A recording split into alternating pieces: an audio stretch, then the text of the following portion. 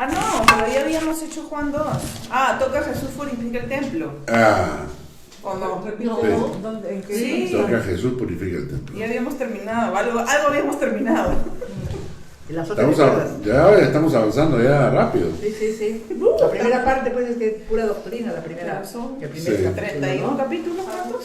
Eso del verbo, de todo eso es bien qué? importante. A los online. ¿Empezó? Ah, 21 capítulos. Bueno, un saludo a los cibernautas. Que Dios les bendiga.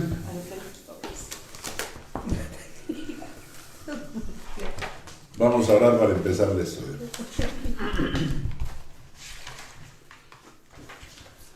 Señor, gracias por este tiempo y por la palabra que vamos a aprender. Pedimos tu sabiduría. Ante tu trono pedimos que tu Espíritu Santo nos hable. Gracias porque pones en estas personas hambre por tu palabra, necesidad de estudiar tu palabra. Están dispuestos a sacrificar tiempo y porque realmente queremos aprender de ti. Preparar nuestros corazones para cuando vengan los tiempos malos, tu palabra ya esté en nuestras vidas, fortaleciendo nuestra alma. Gracias en el nombre de Jesús. Amén. Bueno, nos vamos entonces a Juan capítulo 2. Hoy día nos tocaría, la semana pasada terminamos con las bodas de Caná. Así es.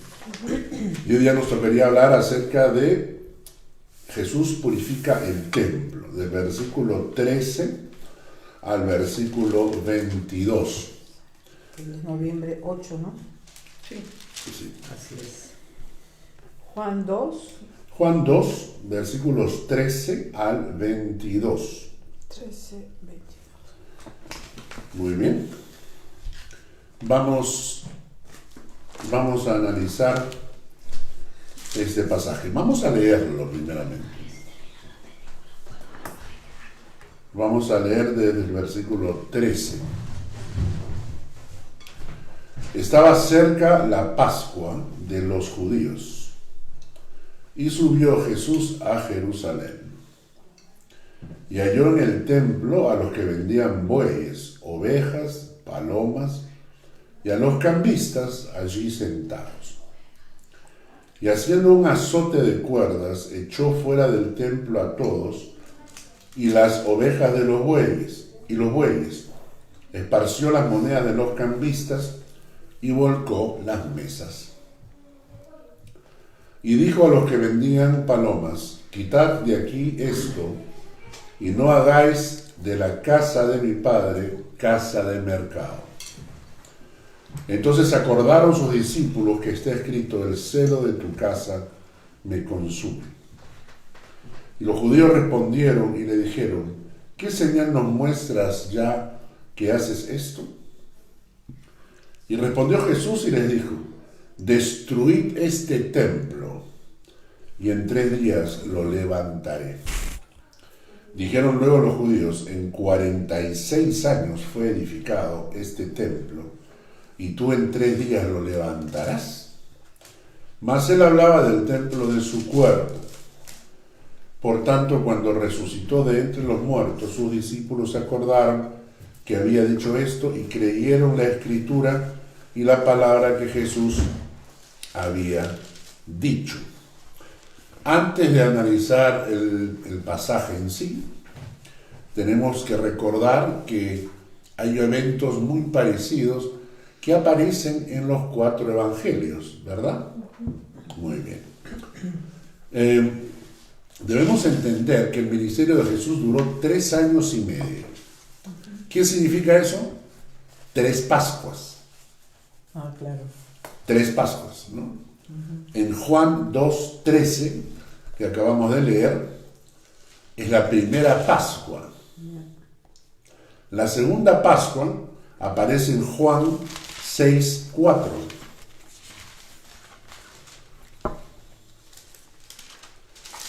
Alimentación de los 5,000. Juan 6:4. Juan 6:4. Y la tercera Pascua aparece en Juan 13:1.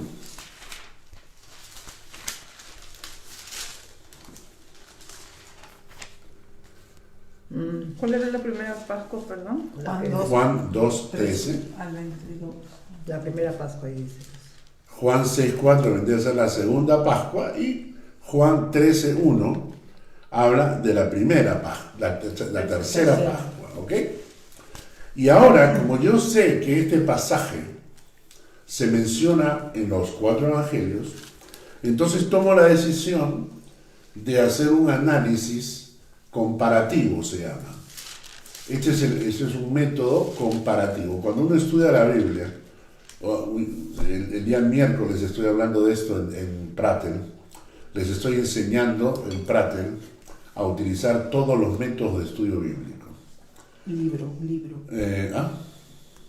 Se impone un libro de los métodos. Entonces les explicaba a ellos todos los métodos que existen para estudiar la Biblia. Cuando tú estudias la Biblia, y entonces solamente en 3 versículos bíblicos hemos empezado a estudiar Primera de Corintios.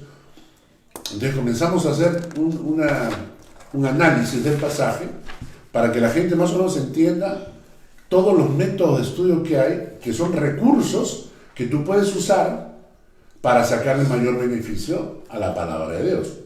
Entonces empezamos leyendo 1 Corintios 3, 1 Corintios 1, donde dice, ¿no? Pablo, apóstol de Jesucristo por la voluntad de Dios, y el hermano Sóstenes, a los santificados en Cristo Jesús, llamados a ser santos, con todos los que invocan el nombre del Señor, ¿no es cierto?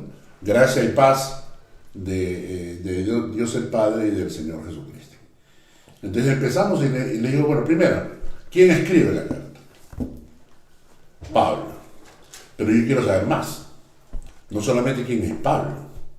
Quiero saber quién escribe, cuándo le escribe, dónde le escribe, a quién le escribe, cuál es el tema general. O sea, yo quiero tener una visión global de la carta que me encaje en la situación, ¿no es cierto? Para saber exactamente todos los temas que vienen relacionados, tienen alguna vinculación. Entonces, o le escribió en la cárcel, o estaba de camino, o estaba preso, o estaba en Roma, o estaba en Jerusalén, porque todo eso cambia un poco la estructura, ¿no? Entonces, a una persona que estaba sentada ahí, Marta, para la próxima semana, tú tienes la responsabilidad del método sintético. ¿Cuál es el método sintético? Es sintetizar el libro. Cuando yo empiezo a leer un libro de la Biblia, empiezo y busco información, diccionarios bíblicos, hay Biblias que ya lo traen al principio de cada libro, ¿no? Entonces, ¿quién? ¿A dónde? ¿Para quién? ¿Cuándo? ¿Cómo? O sea, toda la información global del libro se llama el método sintético. Entonces, Martita, te toca. Para la próxima semana ella tiene esa tarea. Seguimos avanzando. Pablo, apóstol de Jesucristo por la voluntad de Dios. Pregunto, ¿qué cosa es un apóstol? Entonces la gente, yo creo que era un discípulo, ¿no? O apóstol, ¿qué significa? ¿Era un pastor o era un obispo, ¿no? ¿O era un enviado? O sea, ¿qué? Muy bien. Entonces necesitamos usar el método temático, que es decir, vas a agarrar una palabra y vas a estudiar esa palabra, ese concepto de esa palabra, ¿no? Entonces, Paola, te toca el tema para la próxima semana, ¿no? Y Pablo dice que escribe a la gente que está en Corinto, la ciudad de Corinto. ¿Qué pasaba en la ciudad de Corinto? ¿Qué tipo de ciudad era? ¿Era pagana? ¿Era muy espiritual? ¿Era filosófica como Atenas? O sea, ¿qué características tenía la gente de Corinto? Entonces, Pamina, te toca la investigación histórica, es el método histórico, cuando analizas las cosas desde una perspectiva histórica. Ya vamos 3. Método sintético, método temático, método histórico. Entonces, Corinto, ¿no? Y luego Pablo está escribiendo ¿con quién? Con Sóstenes. ¿Y quién es Sóstenes? Miguel, te toca a ti investigar. Método biográfico, la persona. ¿Quiénes son? Es el personaje. Método biográfico, ¿no es cierto? Y luego seguimos avanzando, de ahí nos tocó que dice que es por la voluntad de Dios del Señor Jesucristo. Nuevamente volvimos a la palabra, el Señor, el curios. ¿Qué significa ser Señor? Eso le toca a Carla. ¿Y eso qué significa? Significado. Ese es método temático, ¿no? O teológico también, ¿no? Por un concepto teológico. ¿Qué significa el Señor, ¿no?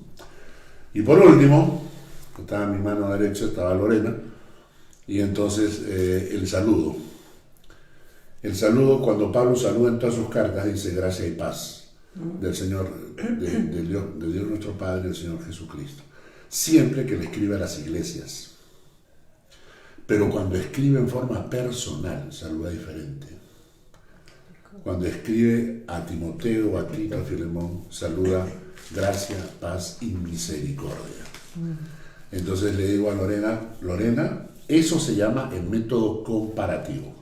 El método comparativo es cuando tú agarras y vas a comparar en los diferentes libros de la Biblia el mismo concepto, cómo lo dice, cómo lo presenta, qué diferencias hay. Entonces a Lorena le toca el método comparativo. El método comparativo te permite ver en los diferentes libros, exacto. Entonces ella me dice, pero ¿cuál es la diferencia? ¿Saluda igual o no saluda igual? Y bueno, tienes que investigar. Entonces, y si encuentras alguna diferencia, si encuentras alguna diferencia, tienes que hacer una reflexión. ¿Por qué si le escribo a una iglesia, mando un saludo que diga gracia y paz? Pero si le escribo a un pastor, le digo gracia, paz y misericordia. Necesitas misericordia. O sea, ser un pastor de algún lado implica no solamente la gracia y la paz, sino además necesitas misericordia. ¿Por qué? Porque un pastor necesita misericordia adicional, digamos así. Entonces, esto es el método comparativo, se le toca a Lorena. Entonces, a Jorge, que es uno de los líderes de la iglesia, cuando agarró y me dijo, pastor, a mí no me ha dado tema, le dije, no, a ti no te he dado tema porque tú tienes que analizar todos. Todos te van a hablar y tú vas a hacer. Si él es vivo, va a decir, díganme sus resultados.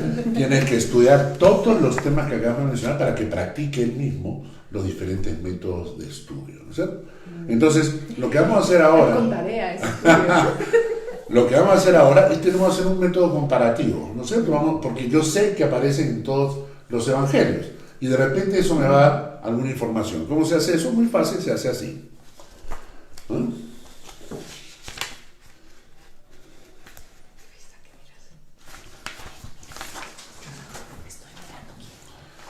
Así. ¿Ya? El método comparativo. ¿Qué es lo que ustedes ven acá? Es el mismo, es el pasaje. ¿Dónde está? Ay, perdón, mamá. Es el pasaje en los 4 evangelios. El mismo pasaje. El mismo pasaje. ¿Ok? El que acabamos de leer está en Juan, en el capítulo 2, que es toda esta porción de acá, ¿no? Ahora, quiero que ustedes vean los otros 3 y me digan si hay algún tipo de similitudes, ¿no? Ese es el objetivo del estudio paralelo. Mateo 21, versículos 12 y 13. ¿Cuántos capítulos tiene Mateo? A ver. El último versículo de Mateo. Y por todo el mundo hace discípulos a todas las naciones. 28. Ahí está, 28. Mateo 28. ¿Y cuántos capítulos tiene Marcos? Ahí también, y predicar el evangelio a todas las naciones. 16. 16. Correcto. Marcos tiene 16. ¿No? 20 versículos. ¿Y Lucas? 24. ¿Lucas tiene? 24. 24. Muy bien. Noten algo interesante. 16, 28. La historia de la purificación del templo en el Evangelio de Juan está en el capítulo 2. Y en los otros 3 evangelios está casi al final. ¿Verdad? Sí. Mateo 21, en un evangelio de 28 capítulos, Marcos 11, en un evangelio de 16, Lucas 19, en un evangelio de 24. Ya comienzo a sospechar algo pasa ahí, ¿no? Y Juan 21 capítulos, ¿no? Sí, Juan 21 capítulos. Luego Mateo 21, vamos a leer Mateo 21 del 12 al 13. Mateo 21. Mateo 21, 12 al 13. Ahí está, Luis. Ah, ya.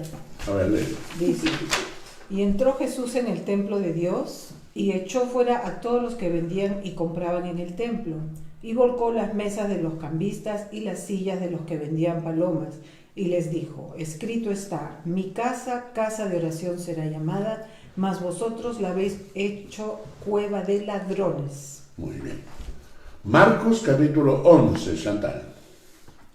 Vinieron pues a Jerusalén y entrando a Jesús en el templo comenzó a echar fuera a los que vendían y compraban en el templo, y volcó las mesas de los cambistas y las sillas de los que vendían palomas, y no consentía que nadie atravesase el templo llevando utensilio alguno. Y les enseñaba diciendo, ¿no está escrito, mi casa será llamada casa de oración para todas las naciones? Mas vosotros la habéis hecho cueva de ladrones. Y lo oyeron los escribas y los principales sacerdotes y buscaban cómo matarle, porque le tenían miedo, por cuanto todo el pueblo estaba admirado de su doctrina. Pero al llegar la noche, Jesús salió de la ciudad. Muy bien. Y Lucas 19. Y entrando en el templo comenzó a echar fuera a todos los que vendían y compraban en él, diciéndoles, escrito está, mi casa es casa de oración, mas vosotros la habéis hecho cueva de ladrones.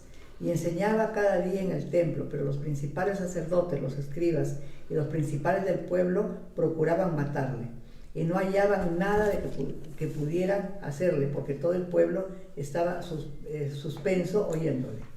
Muy bien. Observaciones.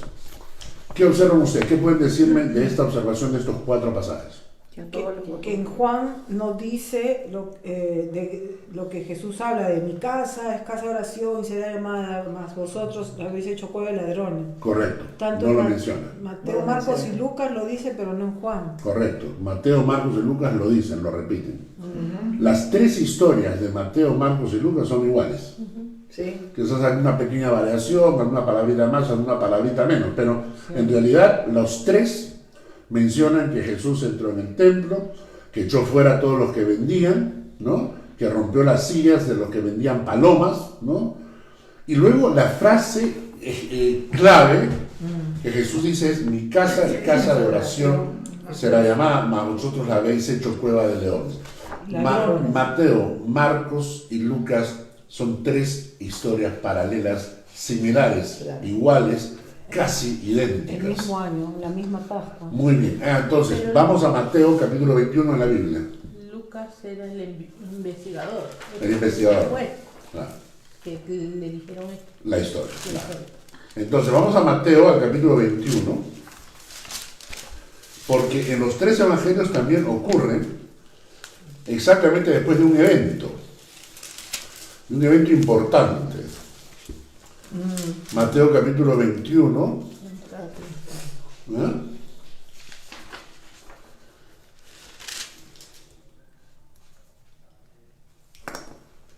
Muy bien. Mateo 21, Mónica, lee el versículo del 1 al 3.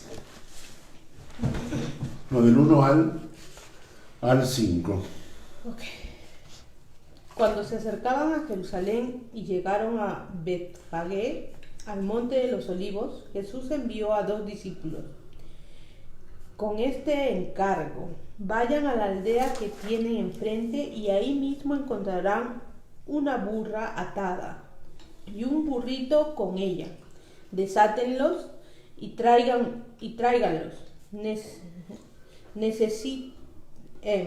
Tráiganmelos. Si alguien les dice algo, díganle que el Señor los necesita, para que ya los devolverá. Esto sucedió para que se cumpliera lo dicho por el profeta. Digan a la hija de Sión, mira, tu rey viene hacia ti, humilde y montado en un burro, un burrito cría de una bestia de carga. ¿Y cuándo es esta entrada a Jerusalén? Bueno, cuando él va entrando sobre el burrito y la gente canta, Hosana, Hosana, bendito el que viene en el nombre del Señor, Hosana en las alturas. Este pasaje de acá, Es el tercer año. ¿cuándo ocurre? El Al tercer final año. casi parece el En el domingo de Ramos. Está entrando ya para la crucifixión. Claro. O sea, está entrando a Jerusalén ya para ser sacrificado, ya está entrando al Una final. vez casi, ¿no? Quiere decir esto que Mateo, y si ustedes buscan en Marcos y en Lucas, exactamente igual, también relata la entrada en el burrito. Ya, pero Entonces, Mateo, Marcos y Lucas están refiriéndose a un evento que ocurre al final del ministerio de Jesús, poco antes de ser entregado, muerto y crucificado. Esta es de la tercera Pascua. Ya. Mientras que Juan está Pero hablando en la de un primera. evento en la primera Pascua. es diferente, entonces. Cuando uno lee Juan, tú lo mencionaste la semana pasada, en tu Biblia aparece como primera Pascua. Ah, ahí está. ¿Verdad? Exactamente, es la primera. Muy bien, entonces según los tres evangelios, Juan lo presenta al principio de su ministerio Es otra, y otra Mateo, vez. Marcos y Lucas lo presentan al final del ministerio. Los últimos tres hablan solamente del pollino. Juan no habla del pollino, que habría sido interesante, ¿no? O sea, si Jesús estaba entrando a Jerusalén, entonces Juan lo habría mencionado, ¿no? Entró a Jerusalén, el pollino, la gente cantaba Hosana, pero no lo dice. ¿Por qué? Porque Jesús todavía no está siendo conocido, recién está empezando su ministerio. O sea que es la segunda vez que estaban vendiendo en el templo. Exacto. Ya lo En habían- realidad no ya lo era habían la repetido. segunda vez, era lo Siempre, usual. lo usual. Era lo usual. Era lo Ya nos usual. había votado él una vez Ah. y ahora otra vez tuve que hacer. Exactamente, era lo usual. Entonces, en la parte de Juan, ¿no? Es interesante porque en Juan todavía nadie lo conoce. Su ministerio está empezando. Y por eso le preguntan. Y le dicen en Juan 2:18, y los judíos respondieron y dijeron, ¿qué señal nos muestras ya que haces esto? ¿No? ¿Qué señal nos muestras? ¿Quién eres tú? ¿Quién eres tú para venir a tumbar las ¿Con mesas? ¿Con qué derecho? ¿Con qué derecho? Claro. ¿Quién? ¿No? ¿Qué Porque, te has creído? Claro, ¿quién porque te has creído? Jesús está recién empezando su ministerio, pero en los otros tres evangelios ninguno le dice nada. Claro, ya lo Porque ya saben quién era. Lo que sí hacen es hacer un complot para matarlo, ¿no? Y en Marcos 11:18 dicen, lo oyeron los escribas y los principales sacerdotes y buscaban cómo matarle. O sea que venía por segunda vez a hacer escándalos. Claro. Y dice, buscaban porque le tenían miedo, por cuanto todo el pueblo estaba admirado de su doctrina. Jesús acaba de entrar al pueblo y todo el mundo gritó, Hosana, Hosana en las alturas, bendito el que viene en el nombre del Señor. Entonces ya Ya lo conocían. ya le conocían. Jesús ya tenía su fama, ya está. Entonces es interesante saber entonces que la purificación del templo en realidad fueron dos veces. Dos veces. Una con el Momentos Jesús diferentes. que recién empieza su ministerio desconocido y la segunda al final de su ministerio en la tercera Pascua, poco antes de que ser muerto y crucificado. Entonces para esto sirven los pasajes paralelos, ¿no? Ahora, hay un comentario bíblico que dice así, el comentario bíblico del mundo hispano. Dice, los cuatro evangelios registran una limpieza del templo, pero hay una aparente discrepancia entre los sinópticos, Mateo, Marcos y Lucas, y el evangelio de Juan. Aquellos ubican al fin del ministerio público y Juan al principio. Hay dos posibles soluciones. Dice, primera, el evento tuvo lugar al fin del ministerio de Juan, de Jesús, pero Juan por motivos especiales lo cambió de fecha simplemente porque le interesaba cambiarlo de fecha. O segundo, hay dos limpiezas. Entonces hay razones importantes para optar por la segunda opción, especialmente por las diferencias, tanto de lo que ocurrió, lo que Jesús dijo, lo que Jesús habló, son cosas diferentes. Entonces Jesús entra dos veces y hace la purificación del templo. ¿Ok? Ahora, también como referencia, no, ya vámonos a Juan de una vez y empecemos con el estudio de Juan. Esta ha sido la introducción. Que no habíamos Sí, empezado. había preparado otra hojita, pero ya esta no la voy a repartir. Morirán en vuestra ignorancia. ¿Por qué? ¡Qué malo! ¿Has visto? Esa es la sociedad que... Así no. Este de acá, Este es cuando quieres hacer también el análisis paralelo, pero dentro del mismo evangelio, solo con diferentes versiones de la Biblia. De la Biblia. Ah, Entonces este es el Juan de la Reina Valera, y tengo 3 versiones de la Biblia diferentes. Pues ya que lo hace, ¿Quién te pues, permite? vida, no Reparte. reparte. Ya, entonces, es que ¿Por qué? si no nos vamos a demorar mucho. Bueno, las voy a dar para que Para lo la guarden. casa, para nuestro para el devocional, para nuestro devocional, tarea, qué sé yo. Y esto les permite a ustedes ver. Hay que rogarle. Sí, oye, qué trastorno. Cuida sus ovejas. tanto trabajo no puede desperdiciarlo. Bueno, ahora sí nos vamos a Juan. Ahora sí. Muy bien. Juan capítulo 2, versículos 13 y 14. Aquí le toca leer. Sí, cuando dice, estaba cerca la Pascua de los judíos y subió Jesús a Jerusalén. Y halló en el templo a los que vendían bueyes, ovejas y palomas y a los cambistas allí sentados. Muy bien. Ustedes saben cuándo se empieza la celebración de la Pascua, ¿no es cierto? En Egipto. La última plaga. Cuando marcaron Cuando- las puertas. Exactamente, ¿no? O sea, viene la última plaga, que es la plaga de los primogénitos, donde van a morir todos. Y Jesús, y Dios le dice a Moisés, para proteger al pueblo, es la cobertura. Claro. La cobertura es el cordero del sacrificio. Entonces sacrifican un cordero y untan los dinteles de la puerta con la sangre. El ángel de la muerte va a pasar y cuando vea la sangre del cordero pasará de largo. Y es una gran ilustración de lo que significa el juicio de Dios sobre el mundo, que cae sobre todos, pero los que están cubiertos por la sangre del cordero son protegidos, ¿no? Y Dios le dice a Moisés, y ustedes van a hacer esta fiesta todos los años. ¿Y para qué hace Dios este tipo de fiestas? Exactamente. Mataban siempre un cordero, ¿no? Exactamente. Entonces la idea, Como hasta ahora, ¿no? la idea de las fiestas cristianas, ¿no? La idea de las fiestas religiosas, digamos, tienen ese objetivo, hacernos recordar por qué razón se está celebrando. Claro. No solamente celebrarla, sino por qué razón se está celebrando, ¿no? Y no perder la costumbre para que nuestros hijos pregunten, ¿por qué hacemos esto? Y tener la oportunidad de explicarles. Entonces Dios le dice, ustedes van a celebrar la fiesta de la Pascua todos los años, ¿no? Entonces, estamos en la fiesta de la Pascua. ¿Qué significa esto? Un cordero por familia. ¿No es cierto? Gran negocio. Un pavo por familia. Un cordero por familia. Como en Navidad para nosotros, es un pavo por familia.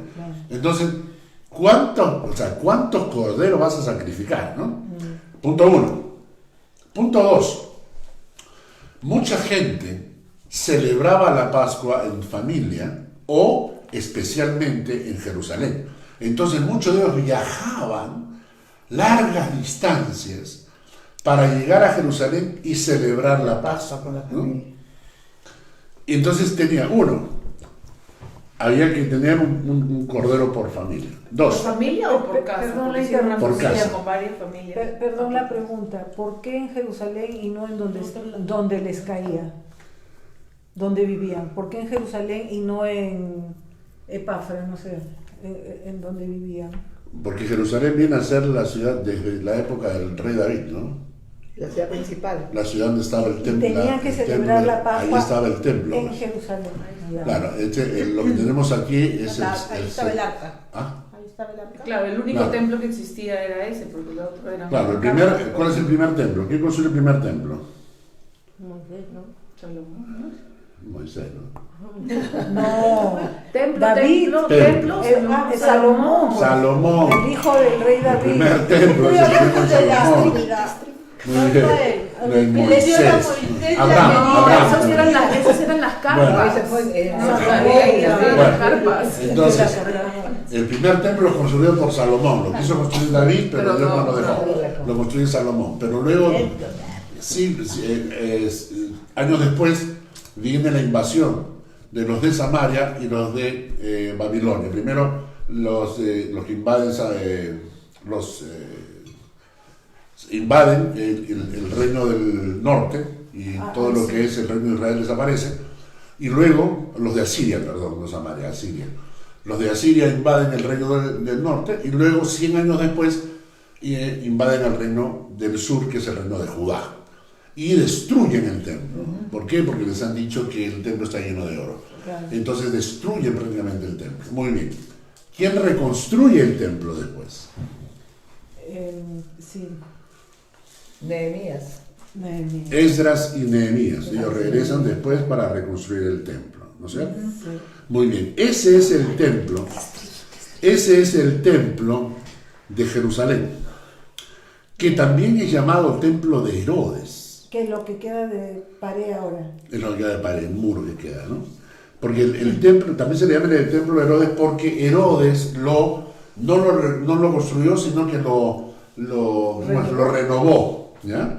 Entonces, cuando ustedes hablan del templo de Jerusalén o el templo de Herodes, están hablando del templo de la época de Jesús. En el año 70, los romanos destruyeron el templo. Cuando Jesús dijo, no va a quedar piedra sobre piedra, fue literal lo que pasó cuando en el año 70 entran los romanos ante una rebelión, pensando que los judíos estaban rebelando. Entran los romanos y se pasaron la voz de que el oro de los judíos estaba escondido entre las piedras del templo. Y literalmente sacaron piedra sobre piedra. Entonces se desvaneció el templo de... Muy bien. El tercer templo que va a ser construido es el templo de los últimos tiempos. Es el templo del Anticristo. Claro. El templo del Anticristo. Donde Entonces, está la mezquita de Omar. Entonces el templo estaba en Jerusalén, ahí se celebraba, todo el mundo viajaba a Jerusalén, en la central. Entonces tenemos un cordero por familia. Dos, mucha gente viajaba, pero no era cómodo viajar llevando tus animales del sacrificio. Había que comprar ahí. Entonces, ¿qué era lo más cómodo? Ir y comprar, ¿no? Pero aquí yo no veo ningún cordero. ¿Qué? Aquí yo no leo. Ya los habían No, porque comprado. tú tienes en el Antiguo Testamento tienes diferentes animales para sacrificar, pero déjame terminar la idea. En el Nuevo Testamento. La tercera cosa es que ya que estábamos en Jerusalén, vamos a aprovechar y vamos a ofrecer animales para el sacrificio por los pecados de la familia, las ofrendas. Ahí sí, habían bueyes, palomas, tórtolos y todo, ¿no? Lo de la Pascua era el cordero, pero todos los otros animales eran sacrificios por los pecados que se ofrecían, que está en la ley de Moisés. Entonces tienes tres razones. Pero eso también se hacía en la misma Pascua. Claro, la gente lo hacía porque aprovechaba, ¿no? Aprovechaba su Ya, viaje. me vengo desde allá, estoy en Jerusalén, aprovecho. Entonces vamos a hacer unos sacrificios por la familia y también, y de paso compro el cordero para el sacrificio del sábado, ¿no? ¿De acuerdo? Entonces, por esas tres razones, era que había tanto mercado. O sea, en ese momento la demanda de los animales era grandísima. Y cuarto. Perdón, Pascua, pecados y qué? Pascua, pecados y por el viaje, para no llevar los animales durante el viaje. Ah, ya. ¿Ya? Entonces, todo esto hacía una demanda de muchos animales. ¿Y qué pasó? Había negocio. ¿Cuál era el negocio? Para tú tener tu puestito ¿Tu cupo? en la puerta, en la parte, les enseño, En el pórtico, en la entrada. a la entrada del templo. Este es el templo de Dios, ¿no? ¿Quiere que le dé una...? No puedo hacer zoom. ¿Qué cosa? A ver, voy a tratar de hacer zoom. Este es el templo, ¿ya? Ahora, esta es la parte de la antesala. Aquí es donde estaban las mujeres, etc. Esta era ya la parte del sacrificio, ¿ya? Esta era la parte del sacrificio. Y aquí adentro estaba el lugar santísimo, el arca y todo lo demás. Pero aquí afuera, La vereda. en la vereda afuera, El atrio, una especie de afuera de esto, Súbelo. está lo que se conoce como el patio de los gentiles. Hasta ahí llegaban los gentiles. Ahí estaba el negocio, pero pertenece al templo, pertenece al área del templo, ¿ya? Entonces ahí en el templo, en la parte de los gentiles, No. entonces en la parte de incluso antes de entrar al templo, entonces en la parte de afuera, Así como venden. para tener tu kiosquito, Claro, sí. Tenías que pagar. Tu estampita, tu estampita. ¿a quién le pagabas?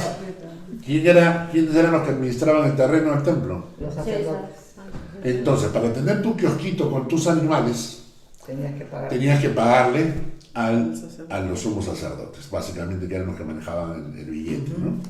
1. 2. Cuando tú llegabas y traías tu animal y no se lo habías comprado a tu primo Jacobo, que está afuera, ¿no? Y tú traías tu animal, ¿qué decía el sumo sacerdote? Que tiene que, Está impuro, está tiene que malogrado. purificarlo. La uña. Tiene ¿no? mancha. No, cámbialo. Ah, todo era un arreglado. Y entonces él tenía que salir afuera y decir, tengo este buey, Que ¿no? tiene una manchita. que tiene esta manchita, pero yo no me voy a regresar 200 kilómetros caminando para conseguirme otro, ¿no? Entonces, ¿qué opción tengo? Entonces el primo Jacobo decía, yo te lo cambio por un cordero. Y entonces el cordero del hermano Jacobo, del primo Jacobo, ya era aceptable al sumo sacerdote. No importa si tenía manchas o no importa, pero ya era aceptable. Y Le entonces, había dado negocio al pariente. ¿dónde estaba el negocio? Cambiaba su cordero por un buey, por una vaca, ¿no? Si venía con una cosa más pequeña, yo tengo este cordero, este cabrito, te daré 2 tórtolos, pues, y te dan tus 2 palomitas. Y cuando entrabas a ofrecer el sacrificio, el sumo sacerdote decía, está bien, no te preocupes. O sea, has cumplido con tu sacrificio. Perdón, y el tamaño del animal dependía de tu poder adquisitivo. Claro, de o tu del poder tamaño de adquisitivo. tu pecado. No, era básicamente de tu poder adquisitivo. Adquisitivo. El más pobre es el que ofrecía los tórtolos, el que no tenía dinero, ¿no? Pero porque era muy barato, pues son 2 pajaritos, ¿no? Pero el que tenía más dinero obviamente también ostentaba, ¿no? Claro. Traer una vaca, ¿no? Para ser sacrificado, etc. Entonces, noten ustedes todo el negocio, ¿no? Entonces el negocio ahí era la Pascua, un cordero por familia, los que venían necesitaban comprar el animal acá, los que estaban ya y querían aprovechar para ofrecer sacrificios, tercera cosa. Cuarta, si el sacerdote decía no, me lo tienes que cambiar, ¿no? Quinta cosa es que los sacerdotes también podían recibir como ofrenda dinero, pero tenía su condición: solamente moneda hebrea. Entonces, Los capistas. todos los que venían de afuera, Oh, Dios. todos los que venían de afuera venían con monedas de las otras aldeas, de otros pueblos, de las otras naciones, y cuando llegaban y querían ofrecer, el sumo sacerdote decía, solamente moneda hebrea. ¿Pero y qué hago? Acá está mi sobrino Pacoibo, que es cambista. Él te puede cambiar. Y naturalmente te lo cambiaban a mucho menos, ¿no? Cosa que a ti no te importaba. Al final y al cabo no te importaba. Era la urgencia, pues. Porque Se no estabas aprovechaba. cambiando para comprar Si no paraba. comida, sino era para ofrecer. Entonces, yo vengo a ofrecer, ¿no? O sea, yo llego y digo, tengo 1000 francos para ofrecer, ¿no? Vengo para ofrecer y te dicen, no puedes ofrecer los 1000 francos, tiene que ser en euros. Ah, no importa, me voy al banco, cámbiame en euros, me cambias en euros y vengo a lo que salga, no me interesa. En realidad, porque igual voy a ofrecer, solamente, o sea, para mí son 1000 francos. Al cambio, lo que me den, yo eso lo voy a ofrecer y entonces me dicen, está bien, no importa, en euros está bien. ¿Dónde estaba la ganancia?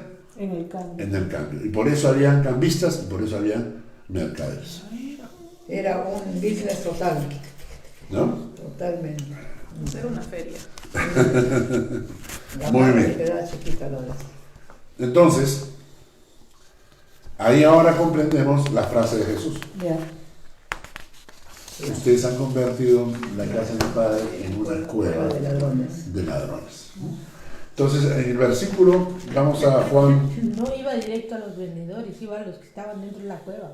Claro. O sea, era a los que manejaban, a los que manejaban. ¿Qué es lo que manejamos? Claro. No iban los que estaban afuera, los que les tiró las cosas, eran los que estaban allá adentro manejándolo todo. Claro. Entonces, vamos a versículos 15 y 16 de Juan. Juan 2. Juan 2, 15 y 16. Te toca ya. Entonces hizo un azote de cuerdas y expulsó del templo a todos y a las ovejas y bueyes, esparció las monedas de los cambistas y volcó las mesas.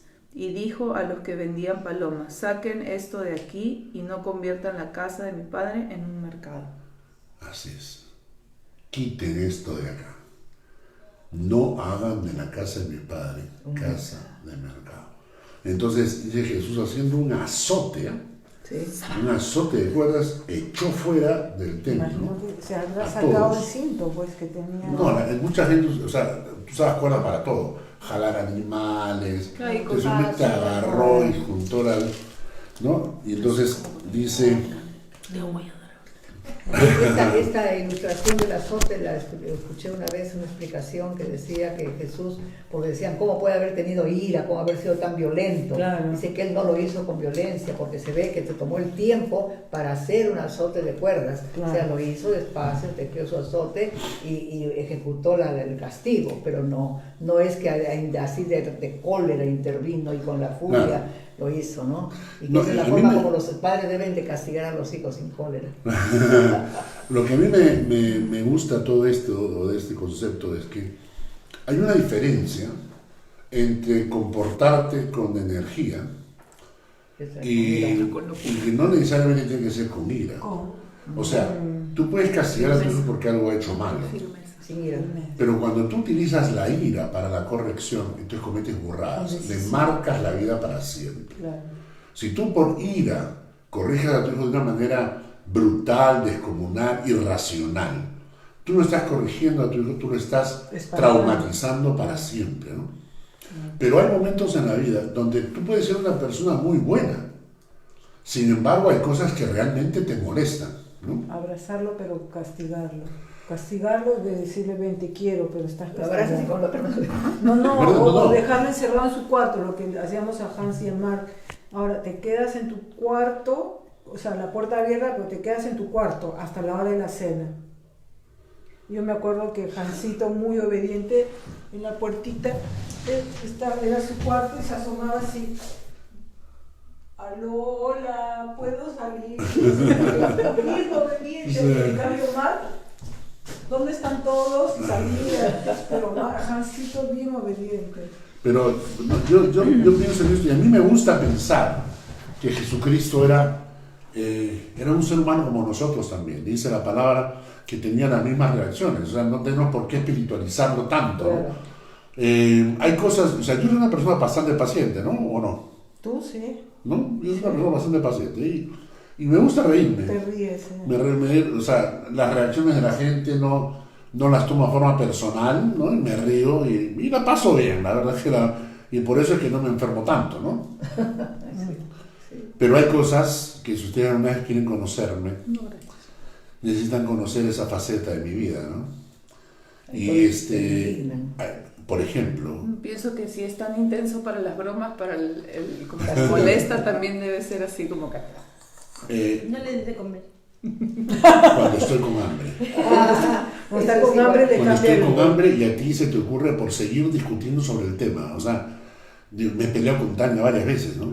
Porque Tania, pero es que tenemos que decidir, Tania, ya decide, porque yo ya estoy en mi límite, ya quiero comer, o sea, y ella, pero todavía, ¿quién va a ser caramba? La otra cuando estoy a punto de dormirme, o si me estoy cabeceando, y tú vienes a hablarme o me mueves, mi reacción, ¿no? ¿Pero dónde? Pues frente al televisor. Oye, los Ahí. ojos de André también, mi hijo también es así. Sí. Comida y sueño. No, pues es ser Chócatela, humano. sí. chócatela, Andrés. Pero a mí me encanta esa parte de Jesús, o sea, Claro. es la parte que Jesús te Es dice, humano. ¿sabes qué? Yo amo tanto las cosas de mi Padre, Perfecto, nos entendemos. ¿me entiendes? Yo amo tanto las cosas de mi Padre, que no soporto este tipo de cosas. Hay cosas en la iglesia o en la fe que uno puede decir, bueno, la pasas por alto, pero hay cosas que te molestan. A mí me molesta grandísimo, por ejemplo, cuando la gente que quiere servir al Señor la sirve de mala gana. Cuando yo veo a alguien que me está con demasiadas cosas, demasiadas quejas, ay, pero ¿por qué? ¿Y por qué no hace? ¿Y por qué tengo que hacer? Es que no hagas nada. No hagas nada, ¿no? Entonces, esta faceta, a mí me gusta esa faceta de Jesús, porque es un Jesús amoroso, es un Jesús manso, es un Jesús que se encuentra con una mujer adúltera, y en lugar de apedrearla como todos los hipócritas, dice: el que esté sin pecado tiene la primera piedra, y se queda con ella, ¿no es cierto? Es el Jesús que habla con la mujer samaritana, es el Jesús que se compadece de la viuda que había perdido a su único hijo. O sea, ese es el Jesús, pero cuando se meten con su Padre, y cuando se meten con la casa de Dios, santidad, claro. Entonces, ¡boom!, le brota este carácter, ¿no? ¿Qué es lo que le hizo enojar? Y lo vemos en la respuesta, ¿no? Dice: quitad de aquí esto, y no hagáis de la casa de mi Padre casa de mercado. Miren la hojita que les di, y fíjense, está en rojo, en algún texto comparativo. ¿Qué dice? Mi casa, casa de oración será llamada, mas vosotros la habéis hecho cueva de ladrones. Muy bien. No está escrito: mi casa será llamada casa de oración para todas las naciones, mas vosotros la habéis hecho cueva de ladrones. ¿Y la otra? La traducción en lenguaje actual. Acá en Bueno, la latinoamericana. No, La latinoamericana. acá está, quiten esto de aquí, no hagan de la casa de mi Padre una casa de comercio. Quiten esto de aquí, ¿no? La lenguaje actual dice: saquen esto de aquí. Y la nueva versión internacional dice: saquen esto de aquí. ¿Cómo se atreven a convertir la casa de mi Padre en un mercado? Ahora, ¿qué es lo que hizo explotar el carácter de Dios, de Jesús? El negociado. Así es. La falta de respeto. Así es, ¿no? Dicen: lo que Jesús está condenando es la actitud delincuencial de los sumos sacerdotes, que estaban convirtiendo la fe en un negocio mercantilista. Convierte la fe en un negocio materialista y vas a pasar toda tu eternidad en el mismo. Cosa que sucede hoy en día. Ahora, el mes de octubre, el Centro Lima está lleno de venta de escapularios, de velas, de turrón de Doña Pepa. Es parecido, ¿no? Que usan la fe para hacer mercado. Claro, hay un predicador en Estados Unidos que dijo: convierte la fe en un negocio y de premio te ganarás el infierno. Claro. Ese será tu premio, es decir, vas a sacar tu... Todos estos evangelistas, por ejemplo, de televisión que hacen y quieres recibir, quieres la bendición, envía, siembra. Y hay- Manda y un hay- cheque, manda y hay- un cheque. así es, y hay toda una serie de técnicas. El otro día estaba escuchando a uno que es muy interesante, cómo maneja él psicológicamente a la gente, ¿no? Entonces él comienza con sus charlas, sus temas se llaman No quiero. la libertad financiera. Llegando a la libertad financiera, ¿no? Que no dependas financieramente ni de tu trabajo ni de nada, sino que tengas suficiente dinero para vivir en paz. yo Entonces, pensé que tenías que depender de Dios. ¿cuáles son los secretos, ¿no? ¿Cuáles son los secretos para la libertad financiera? Y siempre termina en lo mismo. Entonces, tienes que hacer esto, lo otro, o sea, dar en esto, ¿no? Y dar un poco más, y un poco más todavía, ¿no? Pero al final me llamó la atención, dijo: pero lo más interesante es que para esta semana, solo para esta semana, porque después es diferente, porque esta semana el Señor me ha dicho que la ofrenda tiene que ser de $279.25. Llame ahora, Mínimo. llame ya. Mínimo. Y aquellos que ofrenden los 275, bueno, ahora sí, pero con centavos, ¿no? Esos son los que van a recibir la bendición esta semana. No los demás, no, ni siquiera ofrenden 300, ni 400, ni 500, ¿sabes? Nada, Solamente no. los que... Solamente 275, pero no 260, 275. Y solamente son 1000 personas las que tienen que hacer eso, ¿no? Porque después de eso se cierra la bendición. Y ahí está. Y cada semana hace un número diferente. ¿En Y cada serio? semana recibe pues 275.000 Qué horror, qué horror. mínimo, ¿no? Como las indulgencias de la época de los papas. Exacto. Claro. Entonces, ¿qué es lo que le da la ira a Jesucristo? Es que había convertido la casa de Dios en un negocio mercantilista. Pero yo me pongo a pensar si hay otras cosas en la Biblia que dice la Biblia irritan a Dios. Porque ese texto dice que esto hizo enojar a Jesucristo, ¿no?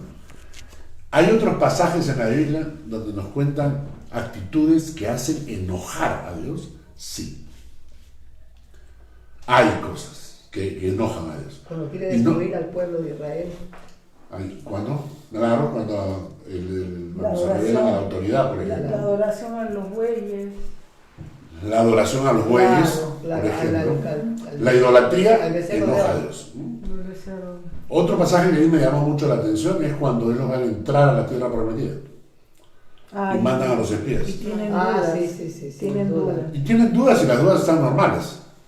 ¿Cuánto es que se enoja Dios? Cuando vienen y exageran y mienten. ¿Ya? Cuando vienen y Josué y Caleb dicen, no, tenemos que entrar porque Dios lo ha prometido. Y los otros dicen, desconfían. Hasta ahí no hay nada.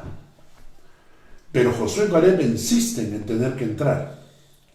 Y entonces el pueblo casi se va en contra de Josué y Caleb. Y es ahí cuando Dios se enoja. Se fundieron. Y ahora se mueren en el desierto. Ninguno de esta generación va, ¿no? Y cuando la gente se dio cuenta, dijo, no, está bien, vamos a entrar. Y Moisés dijo, no entren, porque van a perder, porque ya pasó. Es interesante esta escena, ¿no? Desconfiar de las promesas de Dios hace pues que la gente pierda, que Dios se enoje, ¿no? Hay un texto, por ejemplo, que dice en Eclesiastés capítulo 5, versículo 4 al 6. 5 del 4 al 6. Eclesiastés 5 del 4 al 6. Es uno de los libros de Moisés, ¿no? Después de los proverbios. Sí. 5, del 4 al 6. Eclesiastés 5 del 4 al 6.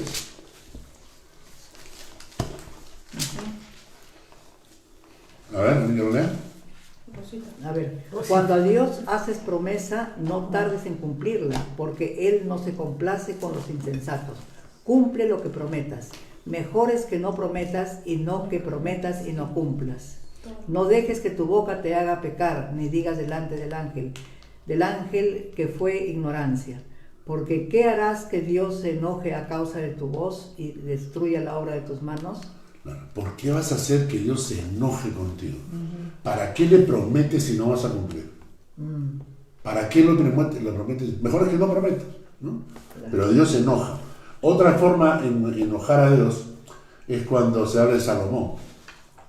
Dice que a Dios se enojó porque Salomón se dejó influir por sus mujeres y le desviaron el corazón.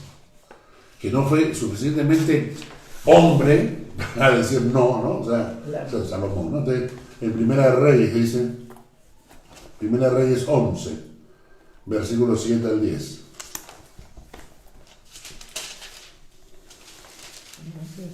¿Primera de qué? ¿De Reyes. Primera de Reyes 11.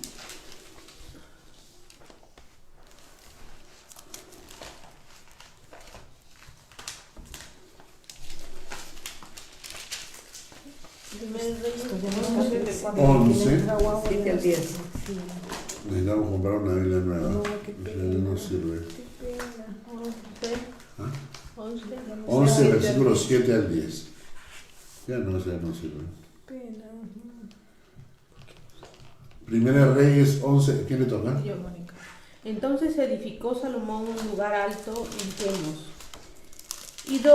ídolo abominable de Moab, en el monte que está frente de Jerusalén, y a Moloc, ídolo abominable de los hijos de Amón.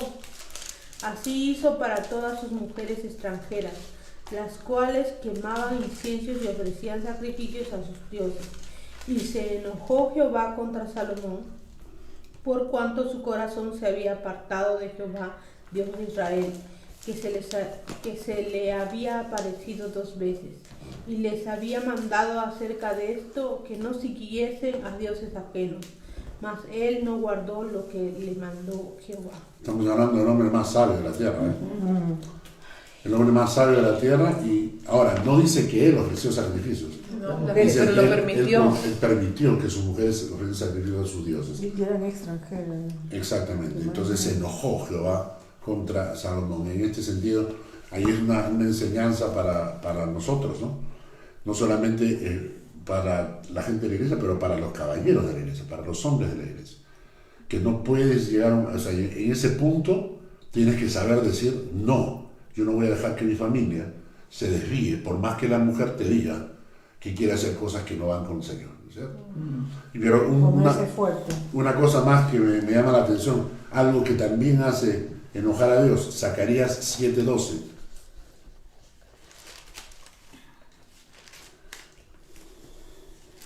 Zacarías.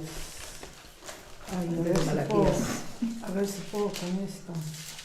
7:12. Zacarías 7:12. Está después de Daniel, Amós, Zacarías. Antes de Malaquías.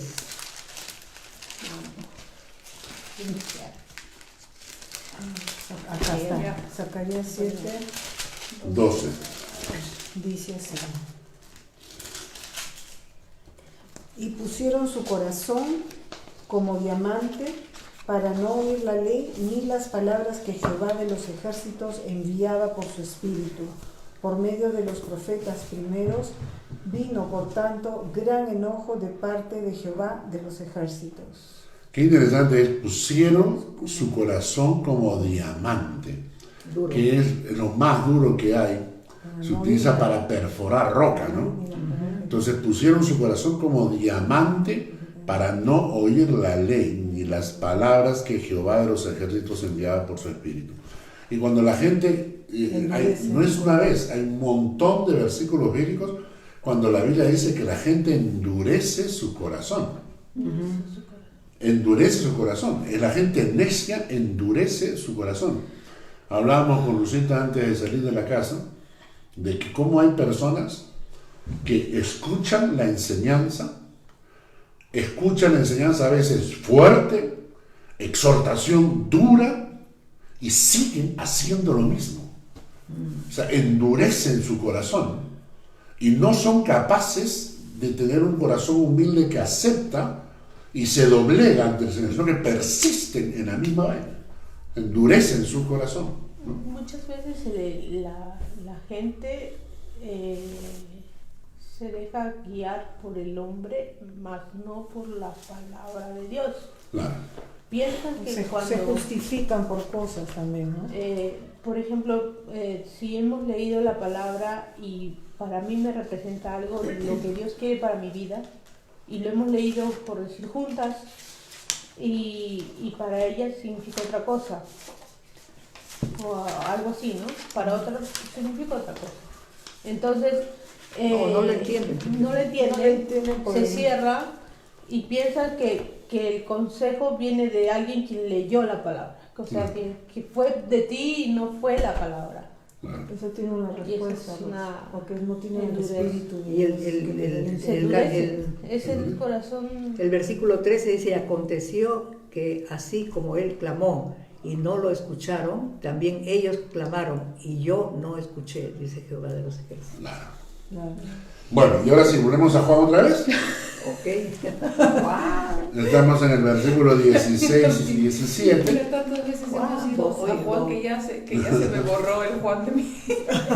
Porque son dos expresiones, ¿no? La primera que dice, versículo 16, quitad de aquí esto y no hagáis de la casa de mi padre casa de mercado. Entonces la primera cosa que hizo enojar a Jesucristo fue que convirtieron la casa de Dios en un mercado. Convertir la fe en un negocio mercantilista. Esa es la primera cosa que enojó al Señor. Pero la segunda cosa, me gusta la frase que dicen los discípulos. Entonces se acordaron sus discípulos que está escrito, el celo de tu casa me consume. Hay una versión que me encantó. Traduce así: el amor que siento por tu templo me quema como un fuego. El amor que siento por tu templo me quema por un fuego. ¿Dónde está eso? En esta Es aquí, una versión. acá en traducción en lenguaje actual. El amor que siento por tu templo me quema como un fuego. Ahora, cuando el texto acá dice, el celo de tu casa me consume, la palabra celo tiene tres connotaciones. La primera se utiliza para los animales, cuando el animal está en celo, ¿no? Muy bien. La segunda se utiliza como un derivado de celos, de celo, pero que esta palabra, cuando es un derivado de celo, implica te celo porque no confío, porque sospecho de ti. Entonces no tienes mi confianza y por eso inseguridad. Entonces como no te has ganado mi confianza, entonces tengo celos, tengo miedos, tengo ciertos temores, entonces tienes esa actitud de desconfianza, ¿no? La tercera cosa, que es la que a mí me gusta y que creo que es el término acá, es cuando tú utilizas eso como una expresión de esmero, de preocupación. Por ejemplo, celo profesional, ¿no? Es decir, cuando te dicen esta información es privilegiada, no des la receta de este plato, no des la receta.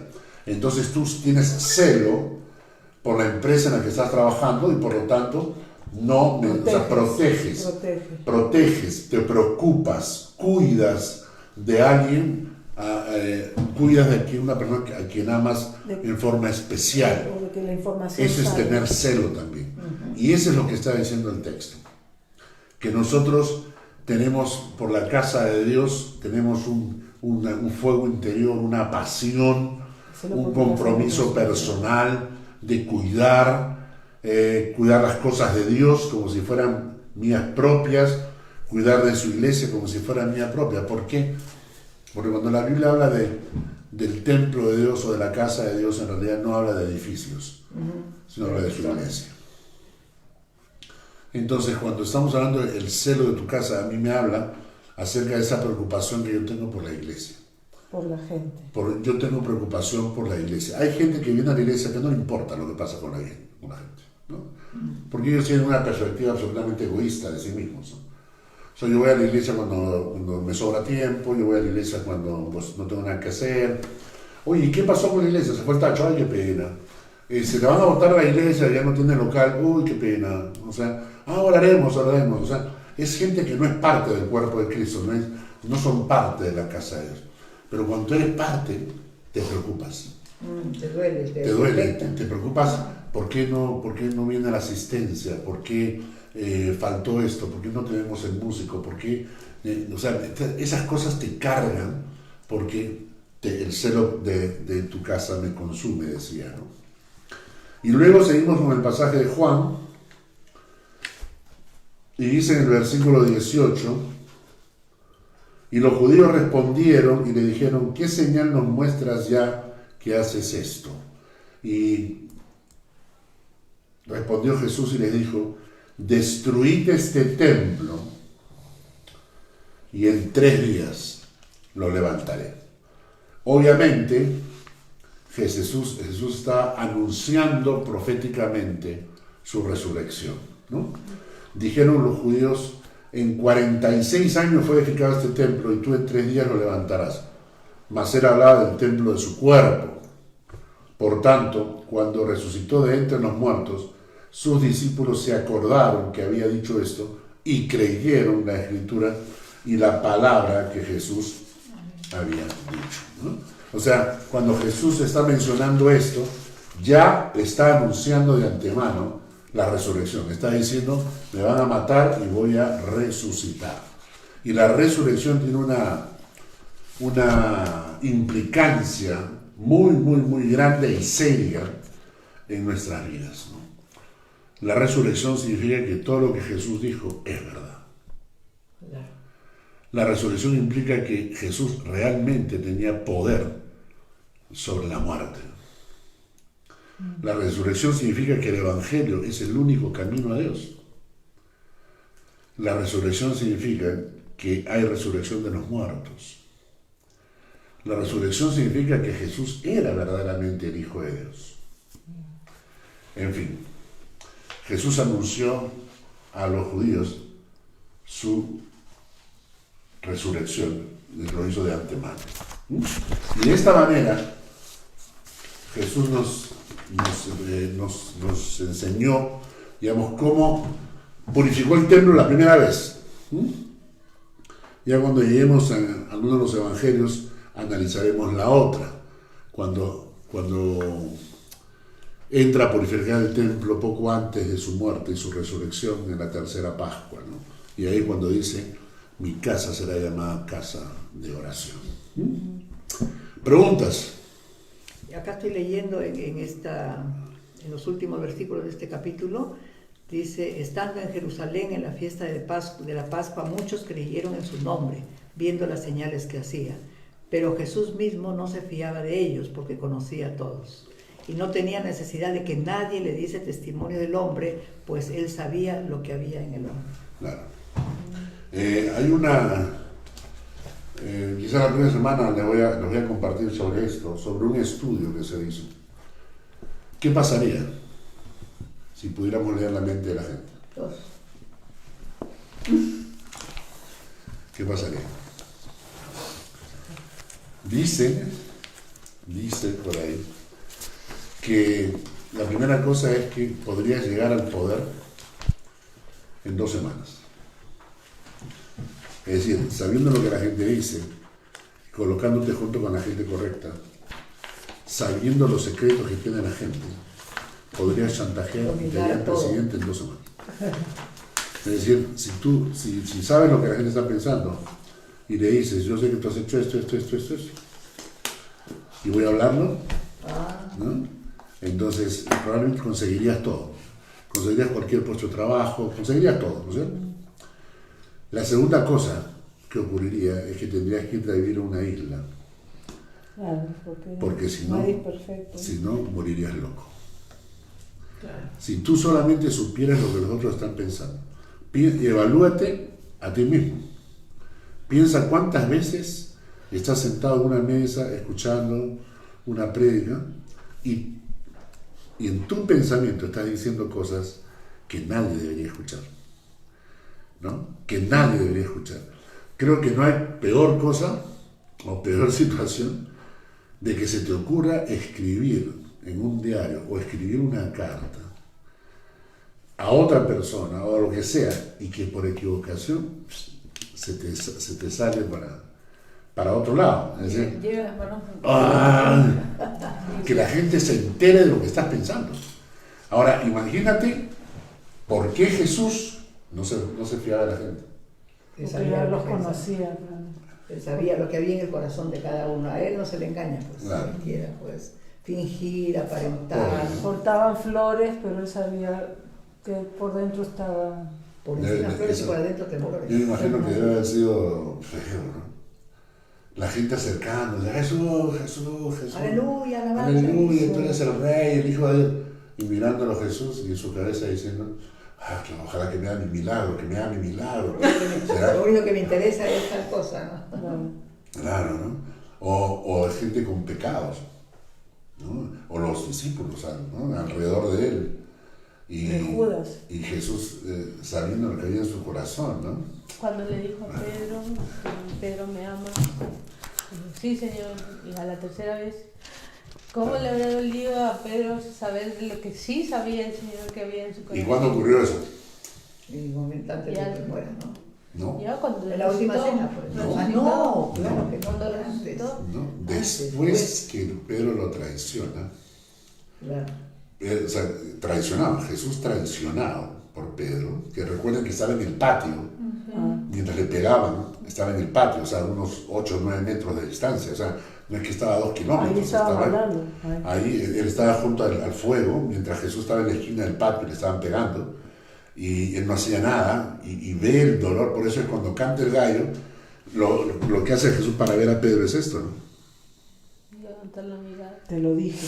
Solamente levantó la mirada, no es que tuvo que salir a algún lado, está Pedro, no está Pedro, ¿no? O sea, pásenle la voz que el gallo cantó, sino dice el texto que Jesús levantó la mirada. Y Jesús y Pedro lo ve. Ahora tú te imaginas esa escena. Esa escena debe haber sido, pero para Pedro debe haber sido horrorosa. O sea, ¿sabes qué? Si a mí me pasa eso, yo no paro de llorar 3 semanas. O sea, me siento tan vil, tan traidor. Le engañé, le mentí. O sea, estuve ahí, no hice nada. O sea, y entonces Pero se pasan los días y Pedro y Juan van a pescar porque tienen que vivir de algo. Y están pescando y no han pescado nada.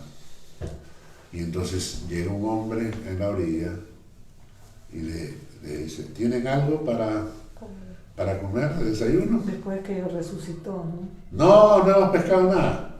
Tienen a la mano derecha. Y ahí dicen, es el Señor. Eso no las hizo antes. Eso no las hizo Ya antes. lo sabemos. Y es ahí cuando Pedro suelta todo. O sea, dice que se vistió porque estaba calato. Te dice que se vistió y se lanzan y cuando sale, llega a la orilla, encuentra a Jesús preparando el desayuno, o sea, pescadito frito. O sea, ¿tú te imaginas lo que es eso? O sea, la cara de Pedro avergonzado, ¿no? Y Jesús en ningún momento, ja, ja, ja, ¿te acuerdas? Yo te dije, traidor. No, o sea, preparando, ¿te gusta crocante o cómo lo quieres? Como espina sin Pancito. espina. Y ahí cuando le dice, Pedro, ¿me amas? Sí, Señor. Sí, te amo. ¿De verdad? ¿En Pedro, ¿me amas? Piénsalo de nuevo. Señor, tú sabes. Bueno, pues vamos a orar para terminar el estudio. Señor, gracias por esta noche y por este estudio. Que tu palabra, Padre, corra por el mundo y por las naciones. Que esta enseñanza llegue a muchas personas. ¿Cuántos hay en esta tierra que necesitan esta palabra de exhortación que hemos estudiado hoy? Pero eres tú quien hace la palabra correr. Padre, ¿cuántos necesitan saber que hay cosas que te enojan? Hoy en día la iglesia se ha vuelto tan comercial, Señor. ¿Cuánto enojo debe haber en tu corazón con esas iglesias donde el dinero prima y tiene tanta prioridad? ¿Cuánta gente menosprecia tus cosas? No tienen celo, no tienen preocupación, no arden sus corazones, no les importa cómo funciona o qué le pasa a tu iglesia. Necesitamos un despertar, Señor. Necesitamos que tu palabra produzca un despertar en nosotros. Gracias por tu estudio, en el nombre de Jesús. Amén. Amén.